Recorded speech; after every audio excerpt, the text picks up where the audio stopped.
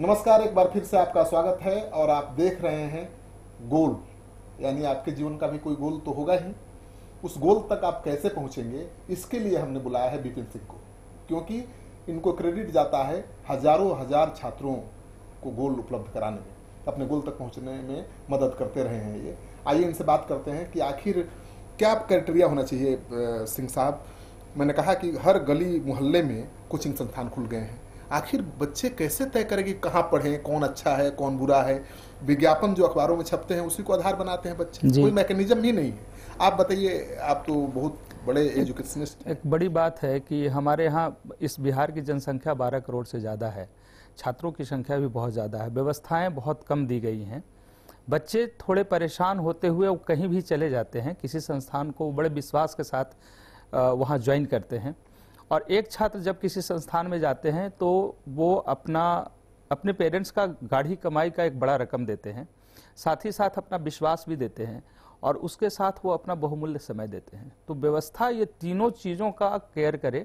मूल्यांकन सही तरीके से होना चाहिए, पैसे का भी, विश्वास का भी। कैसे मूल्यांकन करेंगे? वो मूल्यांकन में 3-4 पॉइंट्स जो है वो बहुत अहम भूमिका निभाती है। उसमें बच्चों को सावधान होना चाहिए। पहली तो बात ये कि जब वो किसी भी संस्थान का चयन कर रहे हों तो चयन के पहले उस संस्थान में पढ़ने वाले बच्चों से वो बात कर सकते हैं कि यहाँ की पढ़ाई कैसी है, वो कितने सेटिस्फाइड हैं। उसमें सिर्फ एक बात का ध्यान रखें कि जो अच्छे बच्चे हैं उनसे बात करें। कभी कभी ऐसा होता है कि साधारण बच्चे या जो ना पढ़ने वाले बच्चे हैं वो अच्छा फीडबैक ना देंगे। तो एक एवरेज आप यदि अच्छे बच्चों से बात करेंगे वो सही फीडबैक देंगे कि इस संस्थान का पढ़ाई कैसा है, सिलेबस समय पे समाप्त होता है या नहीं, टीचर केयर करते हैं या नहीं, कितने दिन सप्ताह में पढ़ाई होता है। इन बातों की जानकारी वहाँ पढ़ने वाले बच्चे ज़्यादा बेहतर तरीके से और नेटवर्क तरीके, ये तरीका है। दूसरा तरीका है, यदि संस्थान ये क्लेम करता हो कि हमारे यहाँ से रिजल्ट बहुत अच्छे होते हैं, तो सिर्फ पेपर और होर्डिंग और टीवी में चलने वाले न्यूज़ पे विश्वास न कर, उसका यथार्थ, उसकी जो वास्तविकता है उस पर जाने की कोशिश करें। और बहुत आसान है। यदि मेडिकल का प्रिपरेशन कर रहे हैं, पटना में 5 मेडिकल कॉलेज है, आप किसी मेडिकल कॉलेज में जाएं, 10 बच्चों को सिलेक्ट करें और अपना चॉइस बताएं कि मेरे पास ये 4 ऑप्शंस हैं बिहार में रहते हुए, मैं किस संस्था को ज्वाइन करूं। मुझे लगता है यहाँ से एक सही दिशा निर्देश भी मिलेगा। और जो सफल विद्यार्थी हैं वो अपने आने वाले जूनियर्स को या फिर जो बच्चे उनसे सजेशन लेने जाते हैं 80 to 90% सही ही सजेशन देते हैं। तो निश्चित रूप से वैसे लोगों से मिलना चाहिए जो उस क्षेत्र में सफलता हासिल कर चुके हैं। तो एक बार बच्चों को वहाँ या पेरेंट्स को थोड़ा परेशानी होगी। 2 पॉइंट्स आपने बता दिया, और क्या बताया, 4 बोल रहे थे आप। इसके बाद तीसरी बात यह है कि उस संस्थान का केयर कैसे होता है, क्योंकि आज जो यूथ्स हैं जिनका 12 साल से 25 साल का उम्र होता है, एनर्जी बहुत ज़्यादा है, कंट्रोल इनके पास इसलिए नहीं है क्योंकि इनके पास अनुभव नहीं है। तो वो डिस्ट्रक्शन स्वाभाविक रूप से उनके अंदर होती है। वो आजकल वो फ्रेंड सर्कल या फिर किसी तरीके से सोशल मीडिया वगैरह में वो चले जाते हैं और स्वाभाविक तौर से उनकी पढ़ाई घट जाती है। जैसे ही उनकी पढ़ाई घटेगी, उनका टेस्ट होता है, उसका परसेंटेज वगैरह आना कम हो जाता है, जिसका तनाव और दबाव दोनों बच्चों पे रहता है। यहाँ पे ज़रूरी है कि उस संस्थान के द्वारा कोई केयर सिस्टम है या नहीं, उसका ध्यान रखना चाहिए। यदि संस्थान के पास केयर सिस्टम है तो उसको ज़रूर पूछना है। किसी संस्थान में जाते समय यह जानना है कि यदि हमारा परसेंटेज कभी कम आए या हम किसी तनाव के दौर से गुजर रहे हों तो संस्थान उसमें क्या सपोर्ट प्रोवाइड करती है।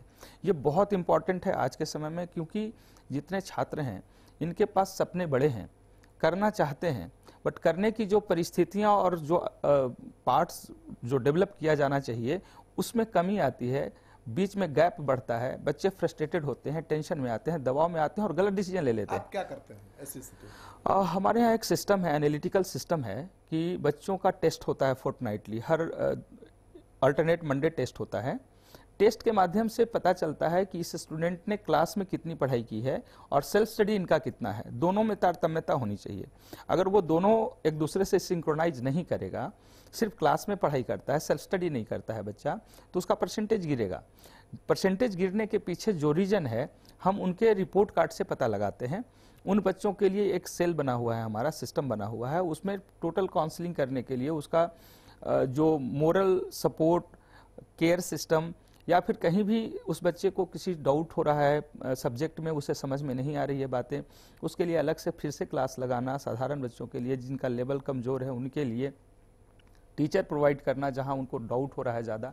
तो ये सारी व्यवस्था देने के बाद ग्रेजुअली धीरे धीरे बच्चे इंप्रूव करते हैं अपने परसेंटेज को, उनका कॉन्फिडेंस रेज करता है और फिर वो इंटरेस्ट के साथ पढ़ने लगते हैं।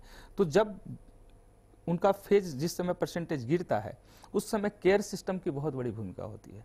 विदाउट केयर किए हुए उस बच्चे को अगर आप ऐसे छोड़ देंगे तो कभी ना कभी डिस्ट्रक्शन में जाते जाते इस कदर वो भटक जाता है कि वापस लाना एक संस्थान के लिए, एक शिक्षक के लिए, एक अभिभावक के लिए बहुत टफ हो जाता है। चौथा क्या है? चौथी बात ये होती है कि उन बच्चों के साथ आप मोटिवेशन का एक सिस्टम जरूर रखें जो हम लोगों के पास है। मेडिकल क्वालिफाई किए हुए बच्चे जो हमारे संस्थान से निकले हैं, खासकर वैसे छात्र जो गांव के परिवेश से आते हैं, हिंदी मीडियम से आए हैं, डिक्शनरी पलटकर उन्हें एनसीईआरटी पढ़ना पड़ता है, ये उनका स्तर है। वैसे बच्चे जब क्वालिफाई करते, अच्छे रैंकर बनते हैं और वो हमारे बच्चों को जब गाइड करते हैं सेमिनार के माध्यम से, तो बच्चों के अंदर कॉन्फिडेंस स्वाभाविक तौर से रीच करता है कि यदि ये इस स्तर से बच्चे निकलकर इस लेवल तक जा सकते हैं तो मेरा लेवल तो इनसे ज़्यादा अच्छा है। उनके अंदर स्वाभाविक कॉन्फिडेंस रीच होता है। कहा जाता है कि मेडिकल के लिए अंग्रेजी बहुत जरूरी है क्योंकि हर कुछ इंग्लिश में ही है। तो जिसकी गाँव देहात का लड़का आता है उनकी अंग्रेजी कमजोर है, क्या वो मेडिकल कम्पीट कर सकते हैं? यही बात मैं कहते हुए गर्व महसूस करता हूँ कि पिछले 21 सालों में संस्थान से 12,000 से ज़्यादा छात्र मेडिकल कॉलेज में गए। गर्व इस बात का है कि इसी बिहार धरती से लगभग 7,000 से ज़्यादा छात्र ऐसे हैं जो हिंदी मीडियम से आते हुए मेडिकल कॉलेज में गए हैं, अच्छे रैंकर बने हैं, देश नहीं विदेशों में अपनी सेवा दे रहे हैं।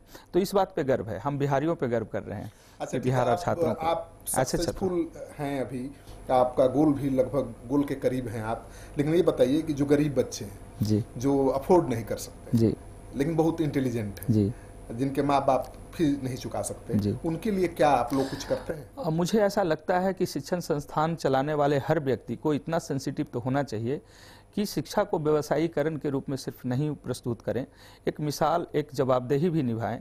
जिस समाज और जिस सोसाइटी ने आपको एक पहचान दिया है, आपको एक व्यवस्था दी है, आपको एक नाम दिया है, उनके लिए रिटर्न बैक करने की व्यवस्था होनी चाहिए। और मेरा मानना है कि आज तक संस्थान ने जिन बच्चों को मदद किया है वो आज भी रिटर्न हमें कर रहे हैं। कई ऐसे बच्चे हैं, हजारों बच्चे ऐसे हैं जिन्हें उस लेवल पे मदद करते हुए उस जगह तक पहुंचाया गया है। एग्जाम्पल कई हैं, वो दिए जा सकते हैं। एकदम साधारण परिवार, आप समझ सकते हैं कि ऐसी बच्ची जिसके खबर है कि कोई सब्जी ठेला बेचने वाला, सब्जी बेचने वाले, राइट, अंडा बेचने वाले का बेटा मेडिकल, अब ये कभी सोच नहीं सकते वो व्यक्ति कि इतने साधारण परिवार से कोई डॉक्टर बन सकता है क्या। बट मुझे प्राउड होता है, मुझे स्वाभिमान है इस बात को कहते हुए, अभिमान नहीं है, स्वाभिमान है इस बात को कहते हुए कि इसी बिहार के उन बच्चों ने साबित करके दिखाया है, हमारे उस आकांक्षा इच्छा पे खरे उतर कर दिखाए हैं कि जिनके अंदर मेधा है, जिनके अंदर टैलेंट है, उसे सिर्फ सपोर्ट की ज़रूरत है। सपोर्ट पैसे के रूप में, सपोर्ट मोरल सपोर्ट होना चाहिए, उसको मनोबल बढ़ाइए। वो बच्चा बहुत अच्छा करके दिखाता है, हमारे समाज का वो धरोहर होता है, हमारे राष्ट्र का धरोहर।